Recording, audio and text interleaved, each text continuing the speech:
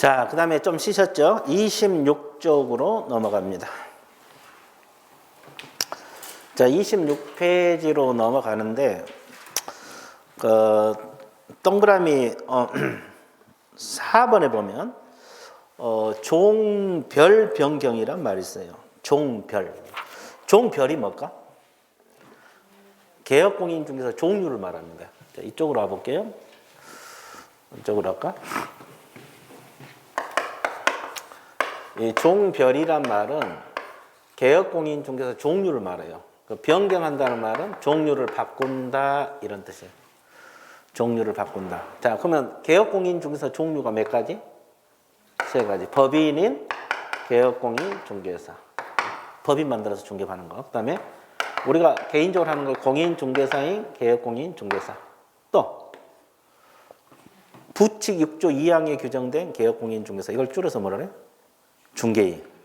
종류가 몇 가지? 세 가지. 그럼 종류를 바꾼다는 게 뭐냐면 개인으로 하다가 공인중개사인 경우 개인으로 하다가 법인으로 한번 해보고 싶다. 이게 종류를 바꿀 수 있다 이 말이에요. 1번. 또 법인 하다가 임원들하고 마음이 안 맞아. 나는 혼자 개인으로 해야 되겠다. 이렇게 또 종류를 바꿀 수 있다 이 말이에요. 2번. 원리는 똑같아요. 1번만 생각해봐. 1번만. 이렇게 종류를 바꾼다. 그러면 법인으로 새로 등록을 해야 될까? 그럼 이 등록증의 기재만 바꿔서 재발급 받으면 될까? 이걸 공부를 해야 되는데 법인으로 새로 등록을 해야 됩니다. 법인으로 뭐 해야 돼요? 새로 등록을 합니다. 그러면 생각해보세요. 법인으로 새로 등록하면 법인 등록증이 나오겠어요? 안 나오겠어요? 나오죠. 그럼 이 등록증은 어떻게 해야 되냐? 기존에 공인중개사인 개공 등록증이 있을 거 아니에요. 이걸 반납을 해줘야 될까요? 자손 대대로 물려줄까요? 반납을 해줘야 돼요? 자기가 처음 받은 건데 자손 대대로 물려주면 안 돼? 자기가 처음 받은 거잖아요. 정전 등록증을 반납을 하게 돼 있어요. 왜 그러겠어요? 왜? 써먹으면 안 되잖아요. 그럼 법인 등록증 나왔으니까 법인 등록증 쓰고 옛날 등록증 써먹으면 안 되죠. 그러니까 이 정전 등록증을 반납을 해야 돼요. 그 다음에 처음에 공인중개사인 개공할 때 제출할 서류가 있거든요. 공통서류가 있거든요. 아까 구비서류 안 하고 넘어왔거든요. 공통서류인데 정전 제출에서 변동사항이 없는 건 제출하지 아니할 수 있어요. 그러니까 변동사항이 있는 것만 제출하면 돼요. 자, 그러면 이 중개인 하다가 이렇게 종류를 바꿀 수 있냐 이 말이에요. 이 중개인들은 자격증 가지고 중개받은 사람이요? 없이 한 사람이에요? 그러면 이 사람이 종류를 바꿀 때면 일단 자격증을 취득을 해야 돼? 안 해야 돼? 하면 가능해. 하면 가능한데 여기도 위에처럼 신규 등록을 해야 될까? 아니면 등록증 재발급 받으면 될까? 똑같이? 위에처럼? 그러면 내가 신규 등록을 하면 뭐하러 따로 이렇게 하겠어요? 1번, 2번, 3번 했고 신규 등록을 하고 강의 끝내버리지. 여러분 같으면 그렇게 안 하겠어요? 그렇게 강의하겠죠? 목도 아프고 죽겠는데. 그렇죠? 그럼 뭐할까요? 색깔까지 달라서 그렇게. 그러면 새로 등록할까요? 등록증 재발급 할까요? 재발급. 그것도 아니야. 두 가지. 이 두 가지. 그래서 이게 자주 틀려요. 이 두 가지로 나눠져요. 자, 그럼 어떻게 나누냐면 등록관청 관할구역 내 이게 무슨 말이냐면 이 남양주시에서 중개인 하다가 우리 학원에서 공부해갖고 자격증 취득했어. 같은 자리에서 역시 중개업을 할 수 있어 없어요? 종류만 바꿔서. 자격증 취득했으니까 이걸로 바꿔서. 그러면 이때는 관청이 같아요? 달라요? 같잖아요. 같은 남양주시니까. 이때는 등록증 재발급하면 돼요. 등록증 무슨 발급? 재발급. 재교부 신청을 하면 돼요. 새로 등록한 게 아니라. 근데 밖으로 갈 수 있잖아요. 남양주에서 중개인 하다가 우리 학원에서 자격증 취득한 기념으로 구리로 간다. 구리시로 갈 수 있잖아요. 이게 등록관청 관할구역 바뀌거든요. 관할구역 밖. 그러면 이때는 구리시장에게 새로 등록을 해야 돼요. 구리시장에 샤로 등록해야 돼, 안 해야 돼? 해야 돼. 자, 그러면 원칙은 다 샤로 등록이에요. 다 샤로 등록이잖아요. 근데 이거 하나만 재발급이에요. 중개인에서 종류 바꿀 때. 그러면 공인 중개사인 개공에서 법인으로 종류 바꿀 때는 내든 바뀌든 다 신규예요. 내든 바뀌든. 근데 이렇게 바꿀 때는 내는 재발급, 밖은 신규 등록 이렇게 하는 겁니다. 그래서 여러분 교재 그렇게 나와 있어요. 자, 그 4번 한번 보세요. 개업공인 중개사가 종별을 달리, 종별 동그라미 달리하여 업무를 계속하고자 하는 경우는 등록 신청서를 다시 제출한다. 이것이 샤로 등록한다 이 말이에요. 근데 종전 제출 서류 중 변동사항이 없는 건 제출하지 아니할 수 있으며 종전 등록증 반납 이렇게 나와 있죠. 자, 그다음에 부칙 6조 2항에 규정된 즉 중개인이 자격을 취득해서 공인 중개사인 경우는 업무를 하고 할 때는 관할구역 안에서는 등록증 무슨 발급? 재교부, 밖은 신규. 등록 신청서를 다시 제출하라고 나와 있어, 안 나와 있어? 나와 있잖아. 아, 그 말이구나. 무슨 말? 그 말. 그러면 지금은 이 내용을 다 모르더라도 종별 변경이란 말만 알아도 돼요. 12월 달에는 종별 변경이란 말은 개공이 종류를 바꾸어서 중개업을 할 수도 있구나. 개업공인 중개사가 종류를 바꿔서도 중개업을 할 수 있구나. 이 정도 알고 있으면 좋습니다. 이해되셨죠? 자, 그래서 일단은 종별 변경이 뭔가? 이것도 자주 잊어먹어요. 이거 여러분도 안 잊어먹을 것 같죠? 자주 잊어먹은 것 중에 하나입니다. 근데 어떤 걸 자주 잊어먹느냐? 밑에 거. 이건 항상 두 가지로 나눠지는데 또 한 2달 지나서 물어보면 또 신규 등록이다, 재발급이다 그렇게만 대답을 해요. 두 가지로 대답한 사람이 극히 드물어. 그러죠? 왜? 잊어먹으니까. 그래서 일단은 잊어먹더라도 종류 변경, 이걸 종별 변경이다 이렇게 공부하면 돼요. 자, 양가로 5번. 그러니까 동그라미 5번 이런 건 나놓고요. 양가로 5번 제목 한번 읽어보세요. 뭐라고 나왔어요? 등록 처분 나와 있죠? 그러면 칠판 봐보세요. 등록 신청은 누구만 가능하다 그랬어요? 공인중개사하고 법인만. 그러면 신청 들어가면 이때부터 7일입니다. 7일. 통지를 해주는데 서면으로 통지를 해줘, 서면. 자, 구술로 통지한다 그러면 틀려요. 서면으로 통지를 한다. 그럼 어떻게 통지하느냐? 공인중개사는 공인중개사인 개공이다. 법인은 법인이 개업공인중개사다. 이 종류를 구분해서 통지를 해준다고. 자, 며칠이네? 신청일로부터 7일 맺어보세요. 자, 여기서 기간이 나오죠? 기간. 다 외워야 돼요, 기간은. 자, 신청을 받은 날로부터 7일 이내 공인중개사는 공인중개사인 개공이고 법인은 법인 개공이다. 이렇게 종류를 구분해서 서면, 그 두 번째 서면 동그라 서면 통지하라. 그죠? 그러면 여기서 하나 짚고 넘어갈 거 있어요. 그러면 서면 통지 받으면 바로 영업을 해야 될까요? 보험을 들어야 그랬어요. 보험을 들어야 돼요. 바로 영업을 한 게 아니라 보험을 들어야 돼요. 이게 업무 보증 설정이라고 해요. 이건 언제까지 들어야 이때까지. 업무 개시 전까지 들어야 되거든요.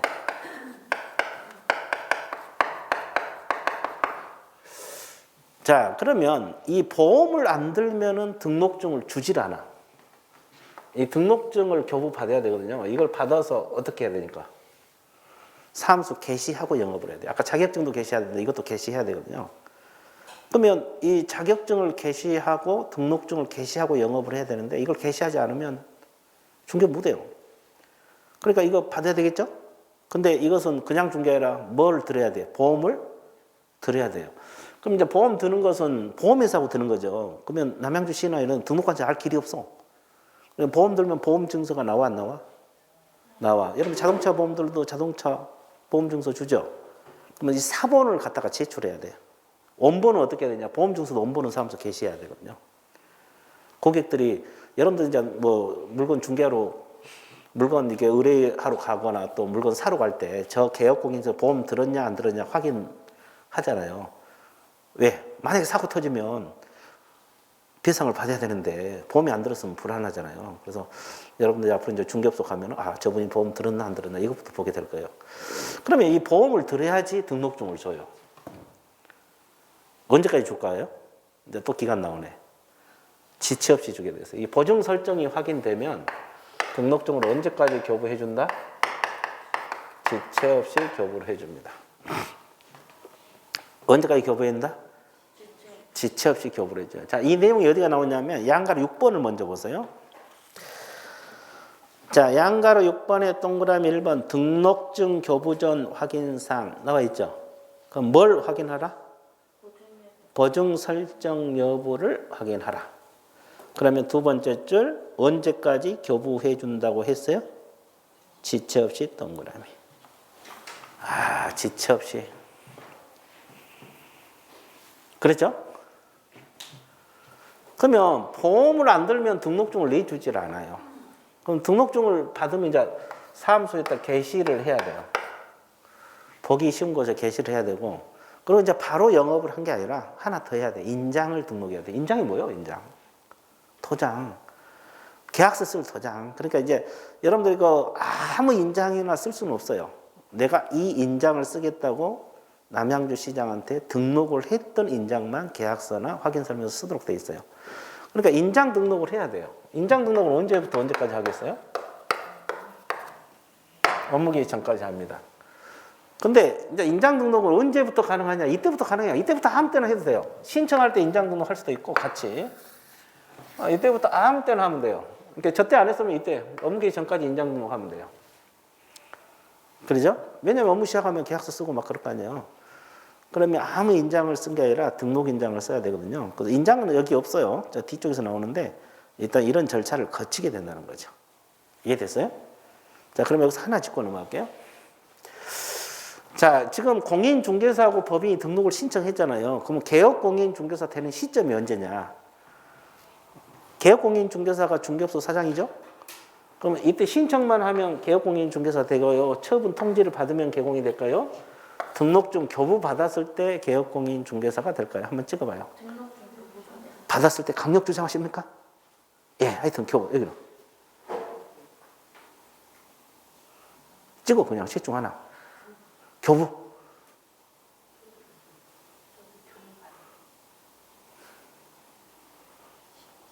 신청? 아주 반대가 나왔어. 어디입니까? 여기랍니다. 여기가 개공. 여기 써놨잖아요. 개공된다고. 이게 엄청 중요하거든요. 왜 중요하냐면 여기 봐드릴게요. 그러면 A라는 사람은 신청만 하고 영업하다 적발이 됐어요. 그럼 아직 등록이 된 거예요? 안 된 거예요? 처분이 안 되니까 등록이 안 된 거죠. 그럼 무등록 중개업자로 처벌받아요. 그럼 무등록, 우리 과목에서 무등록 중개업자는 3년 이하 징역 3천만 원의 벌금, 가장 무거운 벌이거든요. 등록이 안 된 상태에서. 무등록 중개업자로 처벌을 받습니다. 그럼 B라는 사람은 등록증 교부 전에 영업을 했어요. 그러면 이건 무등록 중개업자로 처벌받아? 아마 개공이야. 근데 여기는 무등록 중개업자는 3년 이하 징역 3천만 원 이하 벌금. 징역 벌금 들어가요. 근데 이분은 개공이니까 무등록 중개업자로 처벌은 받지 않아. 근데 처벌받아요. 왜 그러냐면 우리 법에서 등록증 게시하고 영업하라 했거든요. 근데 아직 안 받았으니까 게시를 했어, 못 했어? 그래서 이런 게시하지 않으면 이제 나중에 100만 원 이하 과태료 부가사유거든요. 100만 원 이하 과태료 이런 걸로 처벌받아. 그러니까 무등록은 아니야. 그리고 이제 C라는 사람이 이거 다 인장 등록도 하고 게시하고 하면 적법이 되는 거지. 뭔 소리 알겠어요? 그건 이제 서서히 하기로 하고 일단은 우리가 알아둘 것은 개공되는 시점을 알아두셔야 돼. 이때가 개업공인중개사 시점. 이 이전에 영업하다 걸리면 무등록 중개업자. 이 이후로 영업하다 걸리면 무등록업자는 아니다. 개공이다. 개업공인중개사다. 이렇게.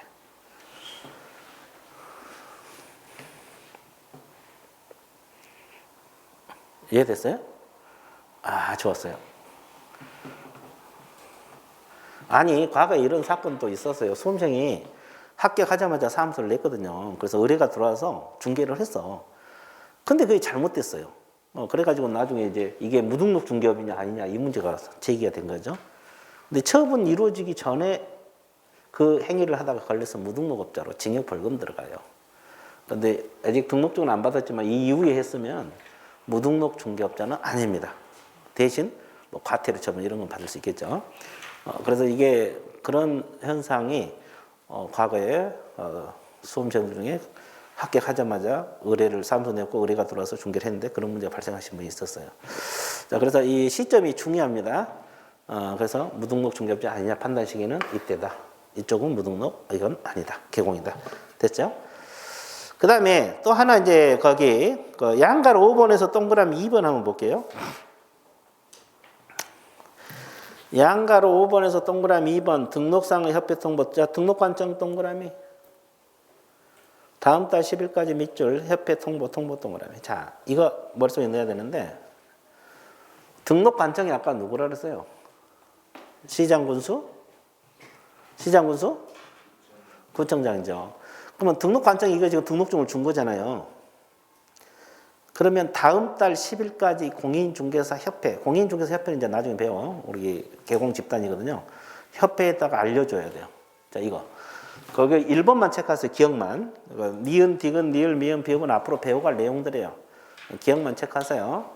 자, 그래서 이 등록증 좋냐 안 좋냐를 등록증 교부사항을 등록관청에서 다음 달 10일까지 공인중개사 협회에다가 뭐 하라? 통보를 하라. 다음 달 언제까지? 10일까지. 이게 등록관청에서 하는 거예요. 모아가지고 하는 거예요.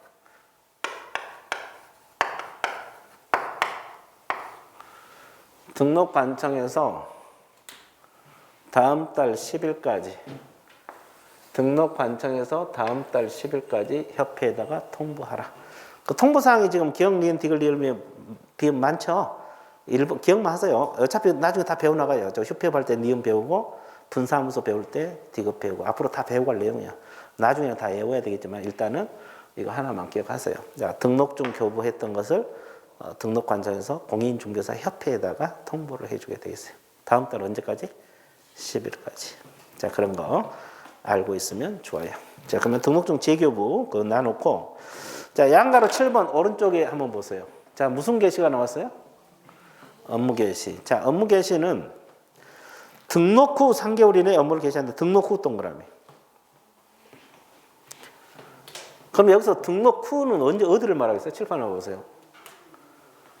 등록 후란 말은 이 처분시를 말할까? 교부시를 말할까? 언제를 말? 신청시를 말할까? 자, 하루 종일 교부? 하루 종일 교부라고 나왔어요. 아주 좋았어요. 틀렸어. 하루 종일 틀렸네, 그러면. 여기요. 이때부터 3개월 이내 해야 돼요. 처분을 말해요. 등록 처분. 그 등록 후에다가 등록 처분이라고 적었어요. 등록 후 3개월 이내에 나와 있잖아요. 그럼 등록 후란 말이 어디를 말한다? 등록 처분을 말한다.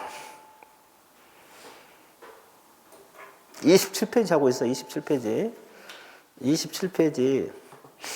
27페이지 거기. 양가로 7번. 거기 첫째 줄 등록 후 3개월 이내에 하라. 나와 있어요? 그 등록 후에다가 등록 처분이라고 적어. 아무 데나 적지 말고. 그렇죠? 등록 후란 말이 여기 말한 거예요. 처분. 이때부터 3개월 이내 업무를 개시하라. 이해되셨어요? 그럼 만약에 3개월 이내 업무를 했는데 못하게 될 수도 있죠? 그럼 어떻게 해야 돼요? 휴업 신고를 해야 돼요. 무슨 신고? 휴업 신고. 안 하면 100만 원이요. 과태료다. 그러니까 이때부터 3개월 이내에 하라 이 말이에요. 이때부터. 등록 후 3개월 이내 업무를 개시한다. 이를 위반하면 휴업신고 위반으로 100만 원 이하 과태료. 근데 6개월까지 안 하면 이제 등록이 취소될 수가 있어요.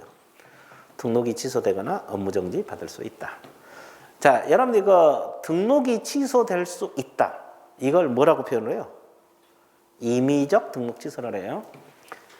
앞으로 이제 제재들이 많이 나올 건데, 임의적 등록 취소, 이건 취소될 수 있다. 그럼 필요적 등록 취소는 이건 취소될 수 있다. 취소할 수 있다고. 취소한다. 또는 된다. 그래서 이제 이 6개월까지 안 하면 등록이 취소될 수도 있고 업무정지 받을 수도 있다. 그래서 이제 이런 것은 또 뒤쪽에서 배우는데, 그래서 한 바퀴 돌아간 게 그래서 중요하다고. 그래서 한 바퀴는 알든 모르든 한 코스가 돌아가야지 제대로 이해하기 쉽다. 왜냐하면 뒤에 나온 내용들이 앞에서 나오고 앞에 나온 내용이 뒤에서 나오니까 그렇습니다. 앞으로 우리 과목에서 제재 중에 임의적 등록 취소, 필요적 등록 취소 이런 게 있거든요. 임의적 등록 취소는 취소할 수도 있다. 안 할 수도 있다. 필요적은 반드시 취소한다. 이해되셨어요? 그래서 이제 필요적 등록 취소, 임의적 등록 취소 이런 제재가 있어요. 제재가 있는데 필요적은 반드시 취소한다. 임의적은 취소할 수 있다. 뭐 이런 거 있어요. 자, 그래서 일단 개략적인 등록 절차 흐름 봤죠? 흐름 봤습니다. 그러면 이거 이제 해놓고 잊어먹으면 어떡해? 또 봐. 또 보는 거예요. 한 바퀴 또 처음부터 돌아갈 거예요. 나중에. 그럼 그때 또 보면 돼요. 더 깊게 이제 여기 강의 안 했던 것까지 더 포함해서 이거 플러스 강의 안 했던 거에 포함해서 더 들어갈 겁니다. 그래서 시간이 지나면 다 해결이 된다 이 말이에요. 됐죠? 자, 이런 절차를 거쳐서 등록을 해서 여러분들이 개업공인중개사가 되는 거예요. 개업공인중개사 돼서 중개업을 할 수가 있다. 이런 내용을 알고 있으면 좋아요, 안 좋아요? 좋죠. 자, 그 다음에 이제 뭘 공부할 거냐? 2절 한번 제목 한번 읽어보세요. 게시사항하고 뭐가 있어요? 명칭. 그러면 방금 우리가 중개업 할 때는 그냥 한다 그랬어요? 사무소 보기 쉬운 것이 뭐 게시하라 그랬어요? 게시하라 그랬죠? 이 게시 의무가 있어요. 그러니까 도표 보세요. 게시 의무에서 게시사항이 나와 있는데 이거 시험 간혹가다 나와요. 등록증 게시해야 되죠? 근데 원본 동그라미 쳐서요. 사본 게시한 게 아니에요. 등록증 뭐 게시한다? 원본. 근데 법인은 분사무소를 낼 수 있거든요. 법인은 분사무소를 낼 수 있는데 신고 확인서 원본입니다. 원본 동그라미 가로 안에. 이제 분사무소 아직 안 배워서 뭔 소리인지 모르겠죠. 그러니까 원본 동그라미 쳐놓으세요 그냥. 그 다음에 고객들이 보수가 얼마 된지 실미가 얼마 정도 들어갈지 알아야 돼 몰라야 돼? 그래서 보수, 실비, 요일 및 한도입부 게시를 하게 돼 있어요. 중개 보수가 어느 정도 될 것인가 또는 실비가 어느 정도 들어갈 것인가 이거 대충 알아야 되잖아요. 그렇죠? 그러니까 그거 게시해야 되고. 자, 개공, 서공, 자격증, 원본 동그라미.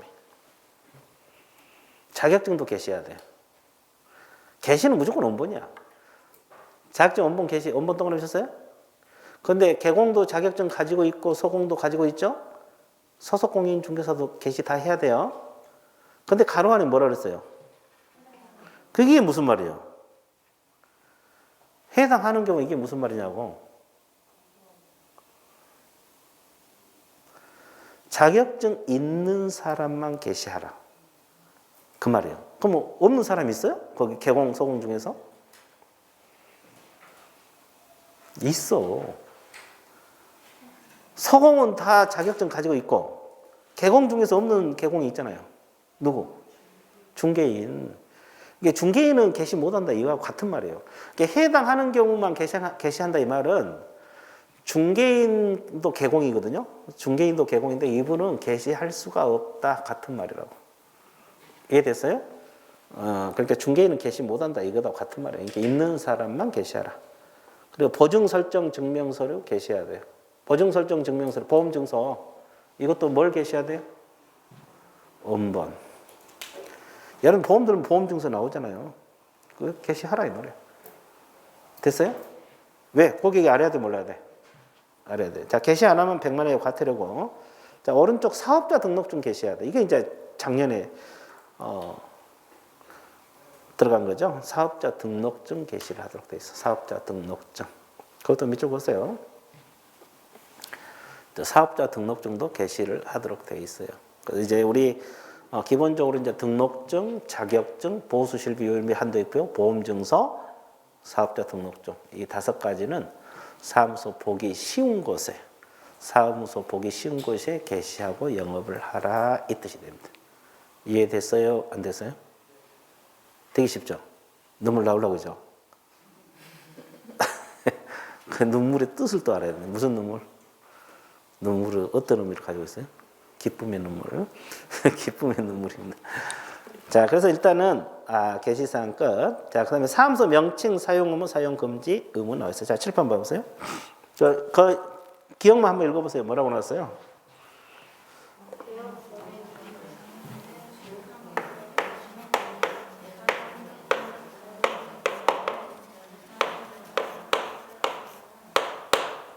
명칭 사용 의무하고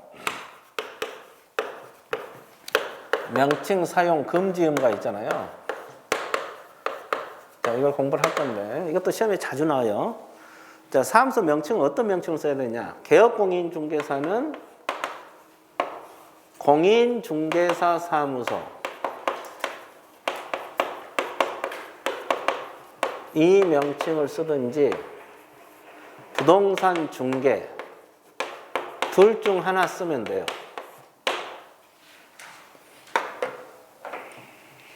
이게 뭐냐면 간판 내걸 때 여러분들 그 사무소 간판 내걸 거 아니에요.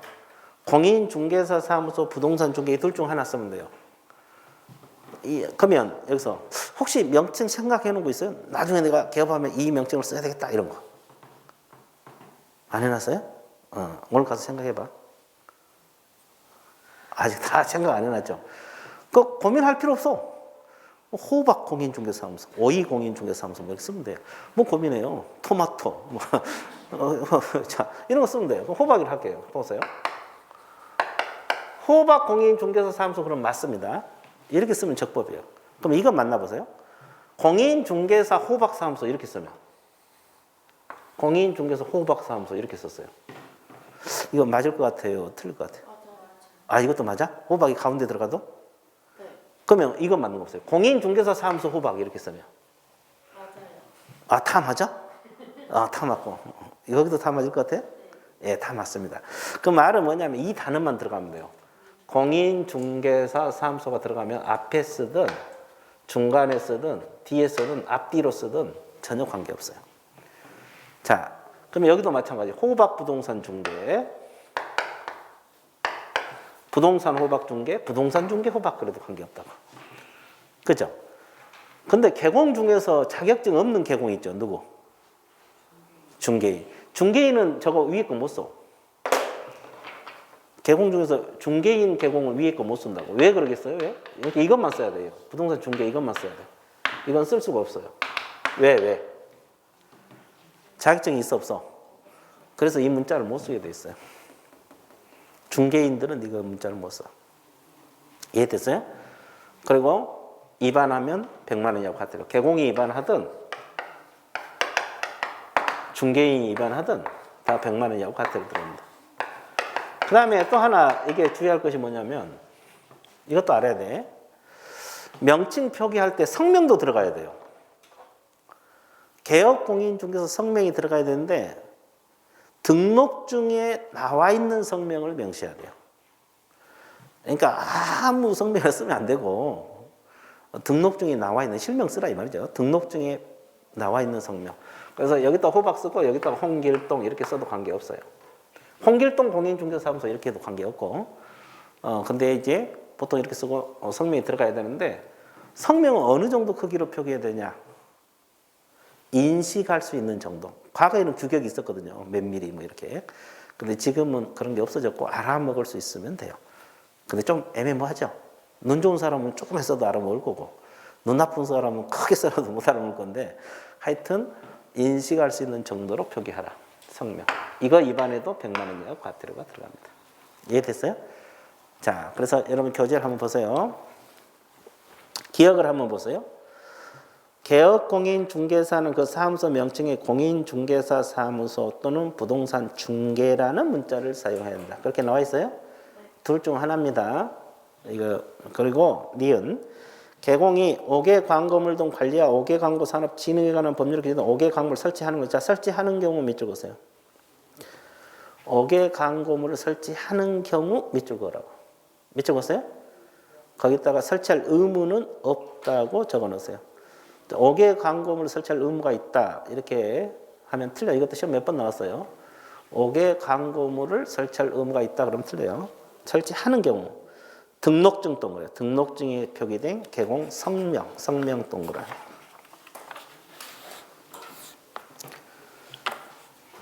뒤에 성명 동그라미 쳤어요? 성명 동그라미 쳤어? 안 쳤어? 쳤죠. 그 성명 밑에다가 적으세요. 인식할 수 있는 정도 크기 이렇게. 인식할 수 있는 정도 크기 이렇게 적어 놓으시면 돼요. 그러니까 다른 것은 뭐 연락처 이런 것은 인식할 수 있는 정도 크기 이런 규정이 없어요. 오로지 어디서 나와? 성명만 그런 규정이 있어요. 인식할 수 있는 정도 크기로 표기하면 돼요. 그리고 이걸 위반하면 100만 원 과태료고. 자, 중개인 양가 2번. 중개인은 공인중개사 사무소 문자를 사용해서는 아니 된다. 그 말은 결국 뭔만 쓰라? 부동산 중개 이것만 쓰라. 부동산 중개라는 명칭만 쓰라. 이런 원리가 되는 겁니다. 이것도 위반하면 100만 원 이하 과태료 부과 사유다. 그렇게 나와 있어요? 안 나와 있어요? 나와 있죠. 자, 양가로 3번이 뭐냐? 지금 개공을 말했죠. 개공이 아닌 사람들 있어요. 그러면 지금 여러분은 개업공인중개사입니까? 아닙니까? 아니죠. 그러면 여러분 지금 여러분 상태가 공인중개사 사무소 이 명칭을 쓰든지 부동산 중개 이걸 사용하지 말라 이 말이에요. 이걸 아닌 자가 써버리면 몇 년하고 몇 년? 1년하고 1천이 되는 겁니다.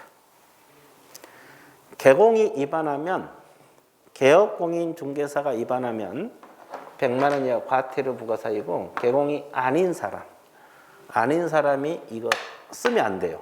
이걸 쓰면 안 되는데 이걸 하면 1년하고 1천. 그래서 앞으로 우리 벌칙에서 우리 과목에서 아닌 자란 말이 나올 수가 있거든요. 이 아닌 자란 말이 나오면 무조건 1년하고 1천이야. 개업공인중개사 아닌 자, 공인중개사 아닌 자, 우리 과목에서 아닌 자란 말이 나오면 무조건 1년하고 1천이라고. 나중에 제재 공부할 때. 이해됐죠? 자, 그러면 하나 더 할게요. 양가로 4번이 뭐냐면 이거죠. 지금 개공이 명칭을 잘못 표기하거나 중개인이 잘못 표기하거나 아닌 자가 이걸 표기했잖아요. 그러면 처벌은 받죠? 근데 간판은 잘못돼 있어, 안 돼 있어? 잘못돼 있죠? 처벌을 받을지언정. 그러면 철거를 해야 되겠죠. 그래서 이제 등록 관청에서 철거를 명할 수 있어요. 개공에게 철거하라. 근데 개공이 말 안 들어. 너 과태료 내고 말지. 철거 안 해.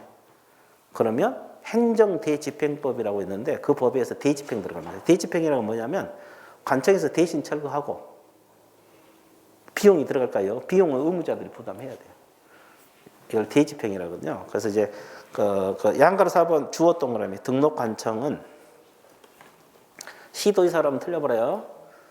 시도의사 그러면 틀립니다. 등록관청이 철거를 명할 수 있다. 밑줄 보시고 등록관청이 철거를 명할 수 있다. 등록관청이 철거를 명할 수 있다. 등록관청이 철거를 명할 수 있다. 이걸 이행하지 않으면 어느 법이라고 했어요? 행정대집행법 밑줄 그으세요. 이제 이 법도 머릿속에 내야 돼요. 뭐 민사집행법 그러면 틀려요. 행정대집행법이라고 있는데 그 법에서 대집행 들어갑니다. 행정대집행법이라고 있는데 그 법에 의해서 대집행 들어가는 것이지 뭐 민사집행법에서 대집행한다. 뭐 이런 지문은 틀리다고. 이해되셨어요? 자, 그거 알고 있어야 되고. 그다음에 3번 철거 의무. 개공은 지체 없이 동그라미 철거해야 된다. 간판 철거. 지체 없이 동그라미. 자, 우리 과목에서 지체 없이도 기간 중에 하나니까 알아야 돼요. 간판 철거 지체 없이 하는 거 세 가지가 있어요. 어려운 거 없어요. 사무소 이전 신고 밑줄 보세요. 상식적으로 생각해봐요. 사무소 이전을 하면 종전 사무소 간판을 철거해야 돼? 안 해야 돼? 해야 될 거 아니에요. 그 다음 폐업하면 일을 해요? 못 해? 안 하죠. 그러니까 간판 철거해야 되고 등록 취소 당해도 마찬가지. 이 세 가지가 간판 철거 사유예요. 어려운 거 없죠? 생각하면 돼요. 폐업했으니까 취소 당했으니까 사무소 옮겼으니까 간판 철거하라. 근데 이제 주의사항이 두 가지가 있어요. 간판 철거는 지체 없이 해야 되는데 주의사항 두 가지. 그 옆에서 적어 여백에다가. 휴업 기간 중, 업무 정지 기간 중 적으세요. 휴업 기간 중하고 업무 정지 기간 중에는 간판 철거 안 합니다. 휴업 기간 중하고 업무 정지 기간 중에는 간판 철거 안 해요. 왜 안 하겠어요? 개업공인중개사 신분을 가지고 있거든요. 휴업 기간이나 업무 정지 기간 중에도. 그죠? 그렇기 때문에 이때는 간판 철거하면 안 돼. 그래서 세 가지만 간판 철거. 이것도 말 안 들으면 철거 안 하면 등록관청 동그라미, 대집행 동그라미. 등록관청에서 행정대집행법에 의한 대집행 들어갑니다. 행정대집행법에 의한 무슨 집행? 대집행 들어간다. 자, 이런 내용을 알고 있으면 좋아요, 안 좋아요? 좋죠. 그래서 여러분들 나중에 이제 간판 내걸 때 어떤 명칭을 써야 되는가? 자, 오늘 가서 연구해봐. 무슨 명칭 쓸 것인지, 우박을 쓸 것인지, 수박을 쓸 것인지, 그러죠? 예. 자, 나중에 내가 개업하면 뭘 쓰지? 그러고 하나씩 연구를 해보세요. 됐죠? 자, 그 다음에 이제 뭘 공부하러 떠나야 되냐? 이거 공부하러 떠납니다. 4번, 29페이지 4번 보세요. 중개 대상물 표시한 것이 법정상 명시 의무. 이거 시험 자주 나오는데 표시한 거. 자, 그 양가로 1번 보세요.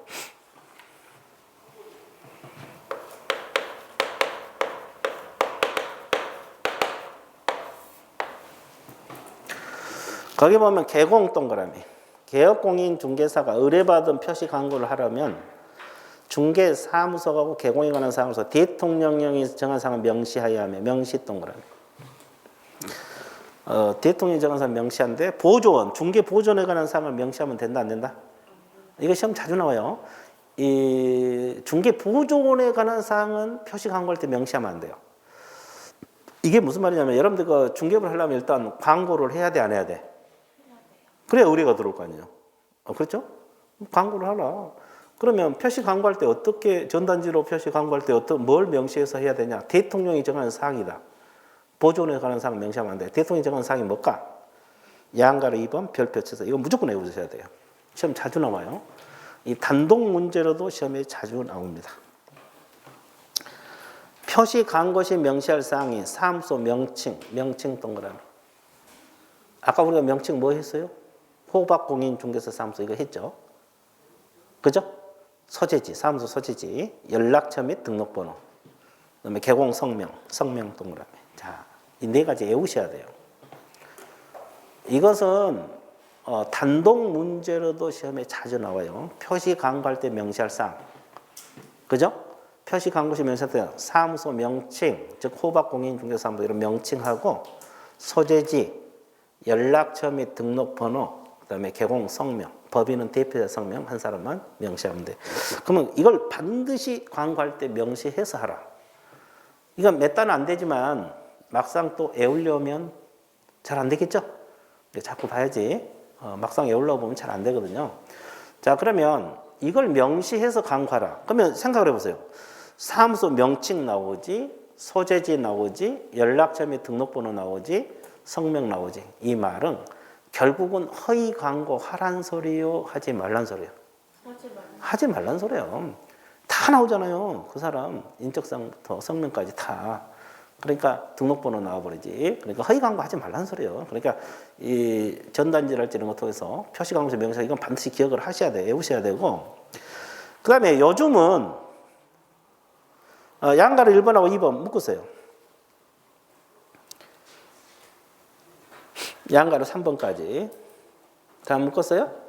이거 위반하면 100만 원이하고 과태료입니다. 양가로 1번, 2번, 3번. 이거 위반하면 표시 광고 시 이거 위반하면 100만 원이하고 과태료. 누구에게?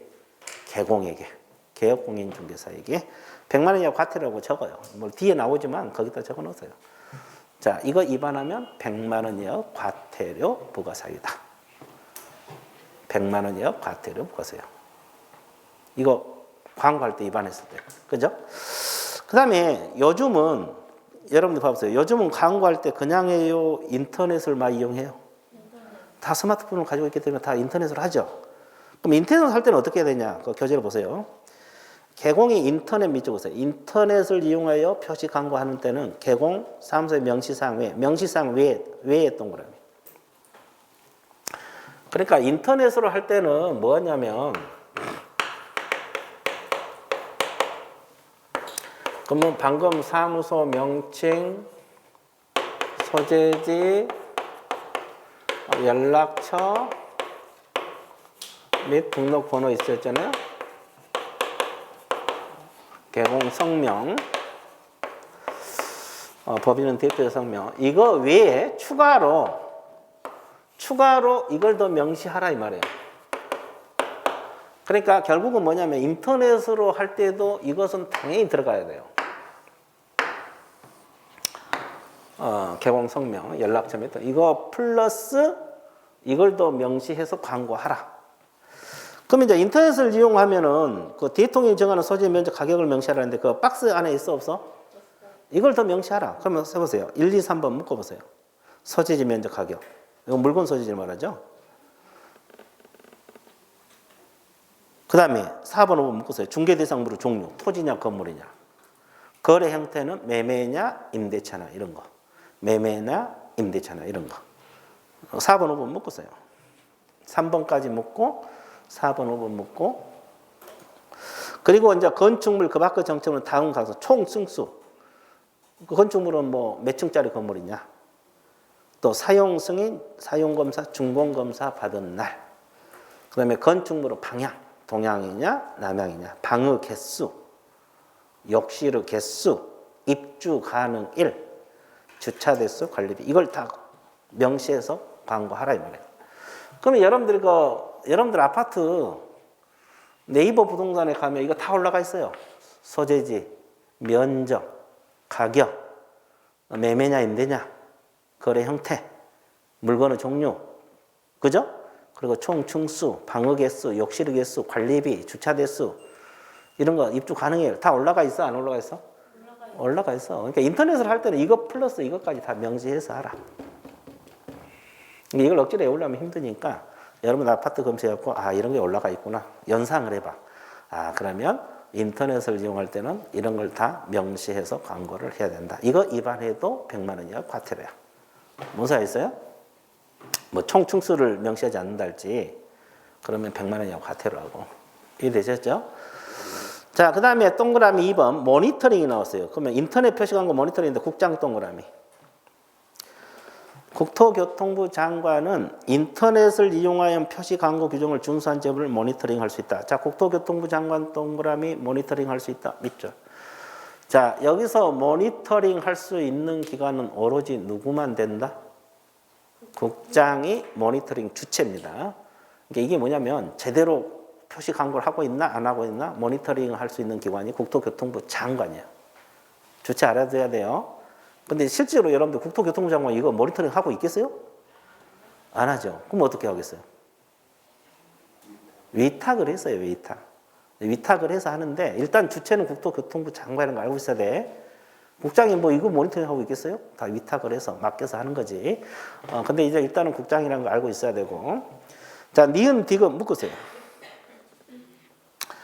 일단 적어놓고 들어갈게요. 이거 위반하면 500만 원 이하 과태료 적으세요. 니은 디귿을 위반하면 이건 100만 원이 아니라 얼마? 500만 원 이하 과태료 들어갑니다. 자, 그럼 어떤 경우가 500만 원 이하 과태료 부과 들어가는가? 책을 한번 보세요. 국토교통부 장관은 모니터링을 위하여 필요할 때 정보통신 서비스 제공자 밑줄 보세요. 정보통신 서비스 제공자 관련 자료 요출할 수 있다. 자, 모니터링 위해서 국장이 정보통신 서비스 제공자 관련 자료 제출 요구할 수 있어. 그럼 따라야 되거든요. 근데 이걸 위반하면 500만 원의 과태료고, 그럼 누구에게 부과되겠어요? 정보통신 서비스 제공자에게 부과되는 겁니다. 그리고 디귿, 국장은 모니터링 결과에 따라 정보통신 서비스 제공자, 밑줄 보세요. 정보통신 서비스 제공자에게 이 법 위반이 의심되는 표시 광고에 대한 확인 동그라미, 추가 정보 게재 동그라미, 필요한 조치를 뭐 할 수 있다? 요구할 수가 있다, 없다? 있다. 그러면 조치를 요구받는 정보통신 서비스 제공자는 정당한 사유가 없으면 얘 따라야 돼, 안 따라야 돼? 따라야 돼. 그러면 이것도 정보통신 서비스 제공자가 말 안 들으면 500만 원이야 과태료 들어간다 이 말이에요. 이해됐어요? 자, 그 다음에 미용. 국장은 업무 위탁 기관의 예산을 범위해서 위탁 업무 수행에 필요한 예산 동원을 지원할 수 있다. 그러면 아까도 이야기했죠. 주체는 국토교통부 장관이지만 직접 한다 했어요. 위탁을 해서 한다 했어요. 위탁을 해서 하잖아요. 그럼 이제 위탁 받은 기관에게 예산을 뭐 할 수 있다? 지원할 수도 있다 이 말이에요. 위탁 업무 수행에 필요한 범위 내에서. 됐죠? 자, 그렇게 알고 있어. 그 다음에 이제 방법 절차 이건 국토교통부라고 정한다 그랬고요. 자, 양가로 4번이 뭐냐면 인터넷 표시 광고 모니터링 업무 내용 방법이 나왔는데 모니터링 업무 다음 구분에 따라 소화한다. 자, 모니터링은 크게 두 가지가 있어요. 첫 번째가 뭐라 그랬어요? 기본 모니터링.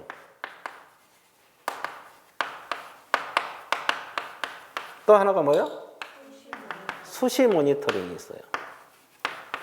모니터링 종류는 크게 몇 가지? 두 가지.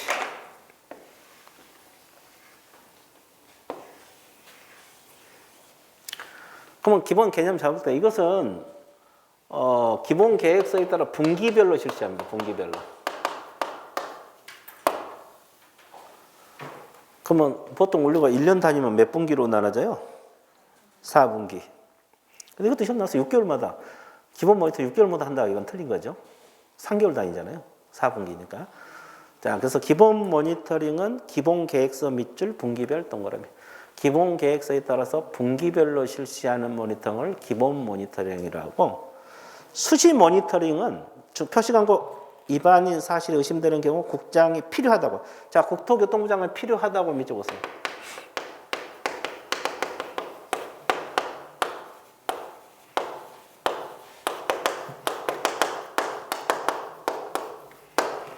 수시 모니터링이라는 말을 써요. 자, 기본 모니터링은 분기별로 실시하는 모니터링을 기본 모니터링이라는 말을 쓰고, 수시 모니터링이라는 말은 국토교통부 장관이 필요하다고 인정하는 모니터링을 말합니다. 이해됐어요? 자, 그래서 기본 모니터링하고 수시 모니터링 몇 가지가 있다? 두 가지. 자, 두 가지가 있다는 걸 전제로 깔고 접근을 해보세요. 자, 동그라미 2번 모니터링 업무 수탁 기한. 이렇게 모니터링 업무를 아까 국장이 위탁한다 그랬죠. 위탁 받은 기관을 가로 안에 뭐라 그랬어요? 모니터링 기관이란 말을 써요. 이게 위탁 받은 기관. 그러니까 국장이 위탁을 해줬잖아요. 이 위탁을 받은 기관을 우리가 뭐라고 표현해요? 모니터링 기관이란 표현을 써요. 자, 모니터링 기관은 인터넷 표시 광고 모니터링 업무를 수행하면 다음 각고 구분에 따라 계획서 동그라미 국장에게 제출.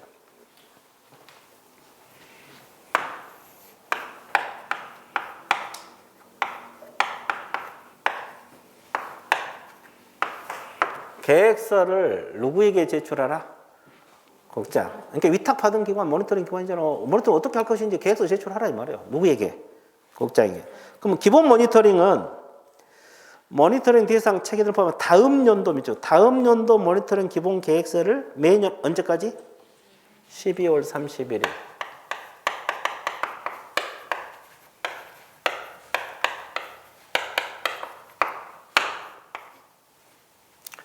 다음 연도 겁니다. 다음 연도 모니터 기본 계획서를 자, 국장에게 제출하는데 매년 12월 31일. 공부하기 편하죠? 다음 연도 거니까 12월 31일까지 계획서 제출하라. 그죠? 근데 수시 모니터링은 모니터링 기간, 내용, 방법 포함한 계획서를 그때그때 제출하는 거예요, 이것은. 이것은 그때그때 제출하는 거죠. 기간은 몇 개월이고 뭐 이렇게 해가지고 기간이랄지 내용 이런 거 포함을 한 것을 그때그때 제출한 거예요. 계획서를 제출해야 돼. 계획서. 그죠? 자, 그 다음에 3번 모니터링 기관. 모니터링 기관이 위탁받은 기관이죠. 모니터링 위탁받은 기관이 자, 해당 업무를 수행을 했죠. 그러면 결과 보고서 동그라미. 이제 결과 보고서를 제출해야 돼요.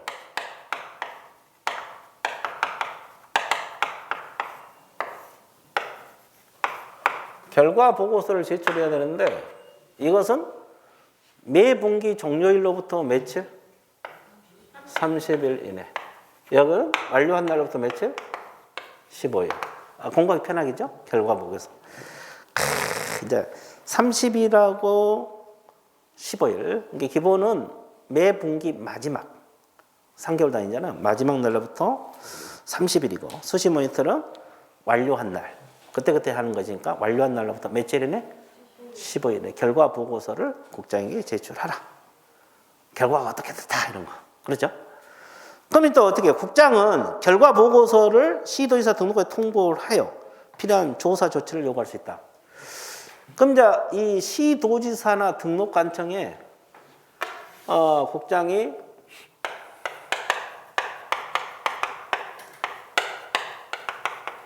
몇이죠?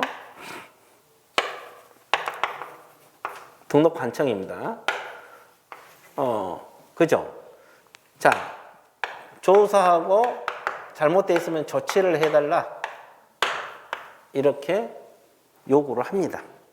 이건 국장이 요구하는 거죠. 국장이 결과 보고서를 시도지사 등록관에 통보를 해주고 필요한 조사 및 조치를 요구할 수 있다, 없다?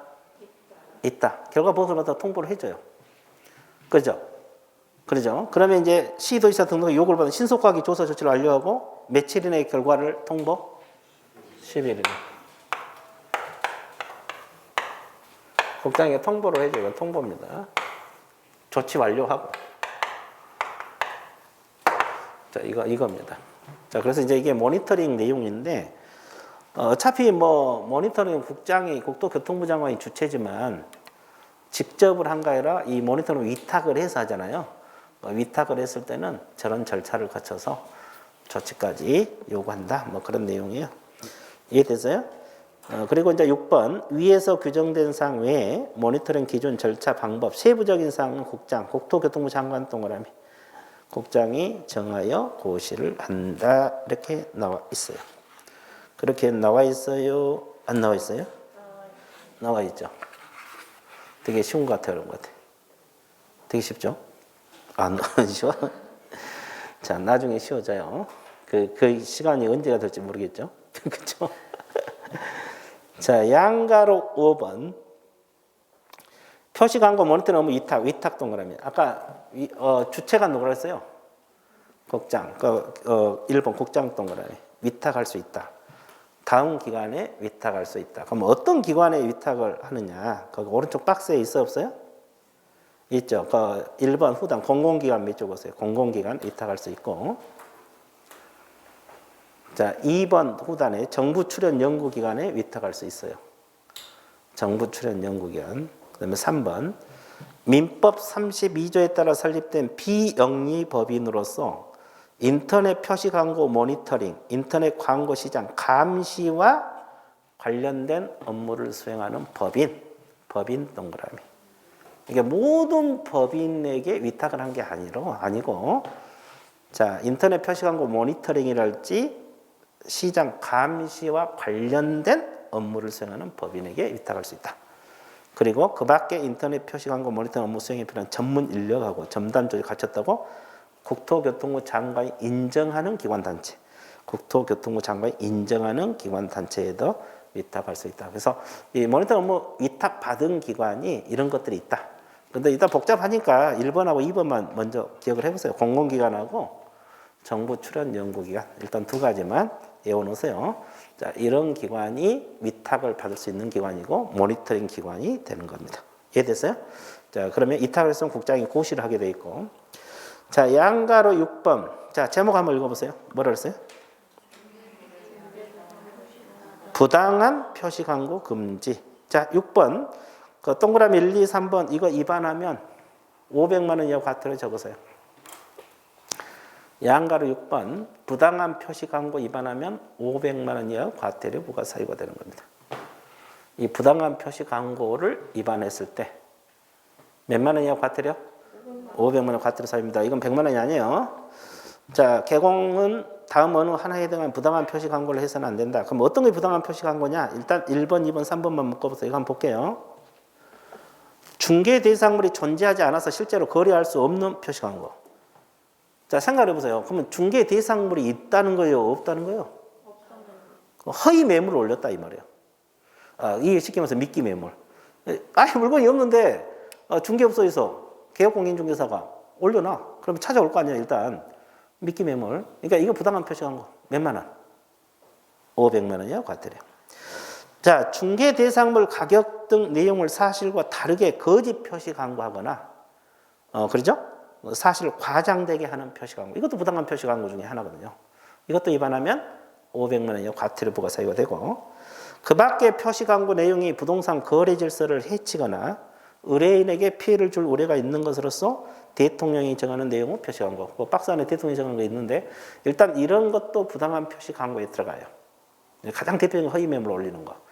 이거 500만 원 이하 과태료 부과 사유입니다. 그래서 이게 시행된 지가 한 2, 3년밖에 안 됐어요. 그래서 그 전에는 우리가 이제 뭐 네이버 부동산이나 이런 데 있었잖아요. 매물이 엄청 많았잖아요. 근데 이거 시행하면서 다 사라졌잖아요. 그죠? 그거 잘 모르죠. 과거에는 매물이 그렇게 많이 올라가 있었는데 다 허위 매물이 그렇게 많아. 또 중복된 매물. 한 사람이 올려놓으면 막 제재할 방법이 없거든. 근데 이건 이제 시행하면서 어떤 아파트는 뭐 80% 매물이 사라졌다고 하잖아요. 네이버 같은 건 좋지. 자기 광고비 받아 먹으니까 많이 올리면 올릴수록. 근데 이제 이런 걸 시행하면서 많이 사라졌어요, 매물들이. 근데 이제 어차피 뭐 네이버 부동산 같은 데는 어차피 네이버 쪽에서야 광고비 받아보니까 뭐 허위 매물 올리면 뭐 관계 없겠죠. 근데 이제 의뢰인들이 피해를 보잖아요. 그래서 이걸 규제를 한 거지. 그러니까 많이 사라졌어. 그래도 이제 뭐 또 있는 것도 있죠. 많이 사라졌지만은. 그래서 일단은 어차피 뭐 개업공인중개사는 또 광고를 해야지 의뢰가 들어오고 또 중개를 하니까. 그죠? 자, 그 다음에 7번. 부당한 표시와 세부적인 유형, 기준. 국토교통부 장관 동그라미. 국장 동그라미. 그리고 개공이 아닌 자 동그라미. 아닌 자는 표시 광고하면 돼, 안 돼? 안 된다고 나와있죠? 그러면 지금 현재 여러분 신분은 개공이에요? 아니에요? 그러면 표시 광고하면 된다, 안 된다? 자, 그러면 이거 위반하면 어떤 죄? 아닌 자가 표시 광고하면? 아니, 아까 내가 뭐라 했어요? 우리 과목에서 뭐만 나오면? 아닌 자가 나오면 다 1년 이하의 징역, 1천만 원 이하 벌금이라고 아까 이야기했어, 안 했어? 했어요. 자, 그래서 양가로 8번 1년하고 1천 징역 벌금 들어갑니다. 우리 과목에서 아닌 자란 말이 나오잖아요. 무조건 1년 이하의 징역, 1천만 원 이하 벌금 들어갑니다. 우리 과목에서 무조건 아닌 자란 말이 나오면 1년 이하의 징역, 1천만 원 이하 벌금이 들어갑니다. 이해되셨죠? 자, 그렇게 알고 있고, 그 다음에 이제 제재는 방금 내가 다 이야기했어요. 양가로 9번 제재 있잖아요. 그 위에서 내용에 따라서 100만 원, 500만 원, 1년하고 1천 다 이야기한 것들입니다. 이해되셨죠? 그래서 일단은 여기까지 하고 좀 쉬었다가 나머지 3절, 4절, 5절 들어가도록 할게요. 예, 휴식 같습니다.